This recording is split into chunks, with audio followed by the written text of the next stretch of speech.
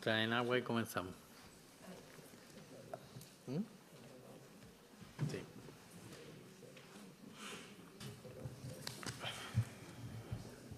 Muchas gracias.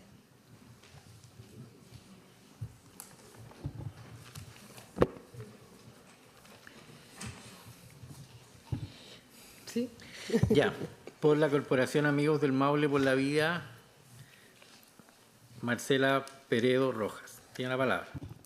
Bueno, con la venia del presidente de este excelentísimo tribunal, vengo a exponer sobre 5 puntos, porque ya hasta ahora no da más la vida, digamos, literalmente, para expresar las razones por las cuales entendemos que este proyecto es absolutamente inconstitucional.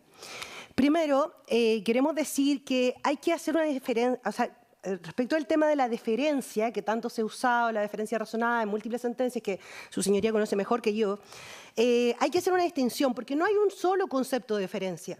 La deferencia razonada tiene diferentes aspectos, porque no se ha distinguido con el concepto actual cuál es el margen de apreciación del legislador. Tal como expresó la profesora Bertelsen hace un rato atrás sobre el margen de apreciación nacional, existe este margen de apreciación del legislador que para términos de resolver la constitucionalidad del proyecto me parece muy gravitante. En este sentido, no ha distinguido la doctrina de la deferencia tradicional entre aquello que sirve para regular los actos políticos, como el control de actos políticos del sistema francés, que ustedes ya conocen, y a aquellas regulaciones de derecho. Cuando el legislador regula derecho, entonces existe un principio de reserva legal del 19, número 26, en el cual es imposible decir que esta discrecionalidad es ilimitada.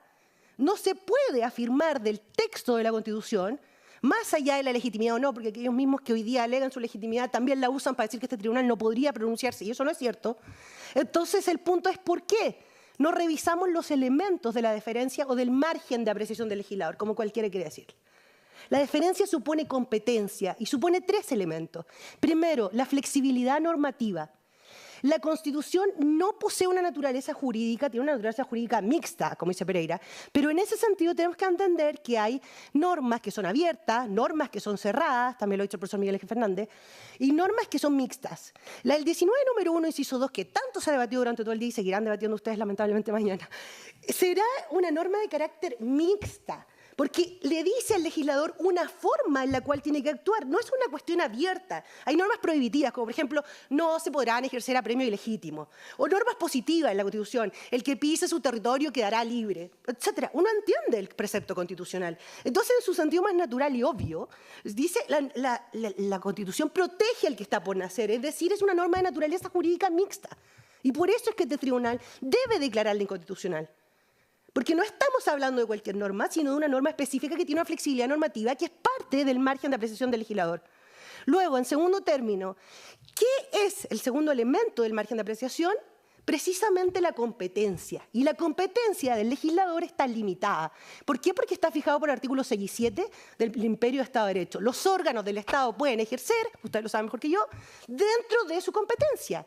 Y el legislador en este caso, al subsumir la norma en un test de mera evidencia, como decía el profesor antes, el profesor Covarrubia, de un test de mera evidencia se entiende que esta norma es inconstitucional porque no protege.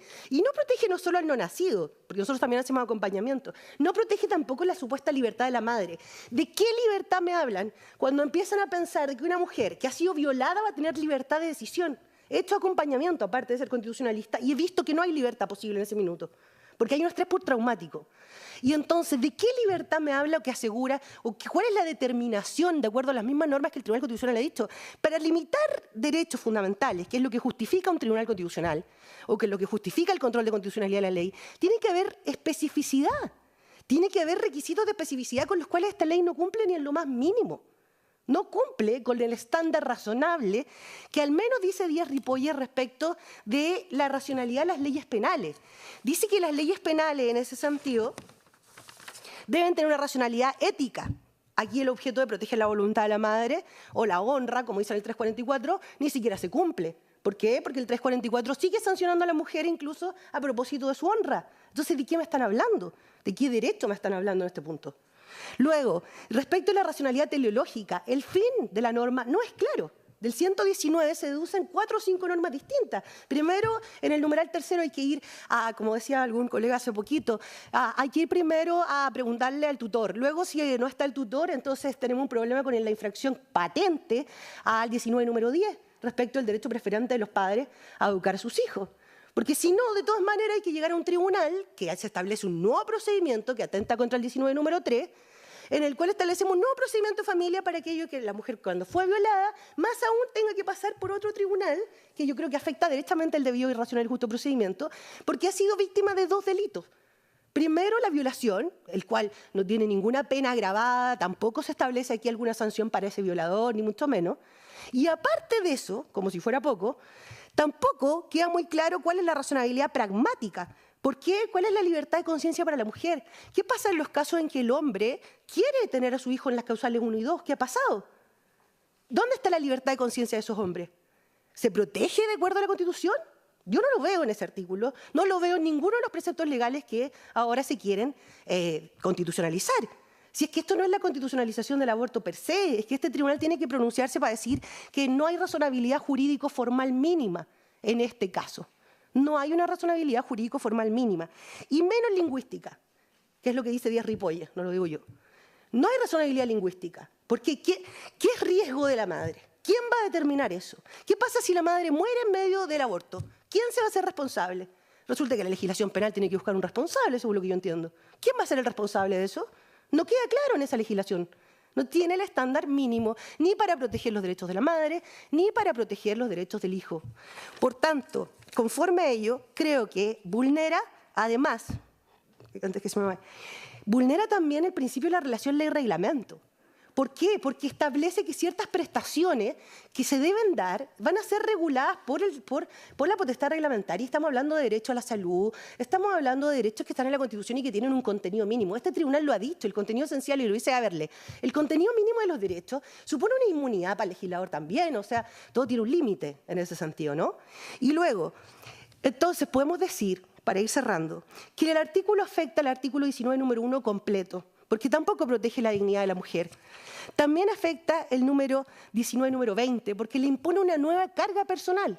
Una nueva carga, es decir, esa mujer que ha sido víctima de violación o que está enferma directamente porque es un aborto que en el fondo pareciera ser una colisión, pero en realidad hay un principio de no contradicción que el profesor Miranda sabe mucho mejor que yo, que tiene que ver con que los derechos son o no son, pero nada puede ser y no ser al mismo tiempo.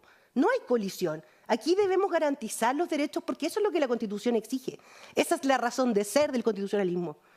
Por tanto, aparte de ello, el 19, número 2, genera discriminaciones arbitrarias respecto de la edad, la diferencia. No hay una justificación razonable respecto de estas diferencias que establece el legislador. No hay una justificación razonable, de la mera lectura se deduce eso.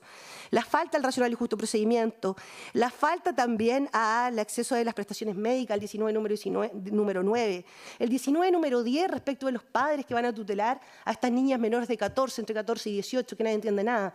Y luego, por último, la libertad de conciencia respecto de las partes que están involucradas. Y por sobre todo, el 19 número 26, porque si hay un elemento que importa en materia de discrecionalidad legislativa, es que los derechos son el primer límite al legislador y es el elemento supralegal. Bachoff lo dice. Si la sociedad no tiene, una sociedad de Estado democrático constitucional, no tiene una idea de justicia, no tiene un valor sobre la vida, entonces ¿de qué democracia constitucional me hablan? Por tanto, llega el momento de declarar la inconstitucionalidad precisamente porque la norma de clausura, el 19 número 26, es clara. Nadie puede afectar un derecho de tal manera que su regulación resulte la privación de aquello. Muchas gracias, su señoría. Gracias a usted. Finalmente, en este bloque, por la Fundación Mater Filius,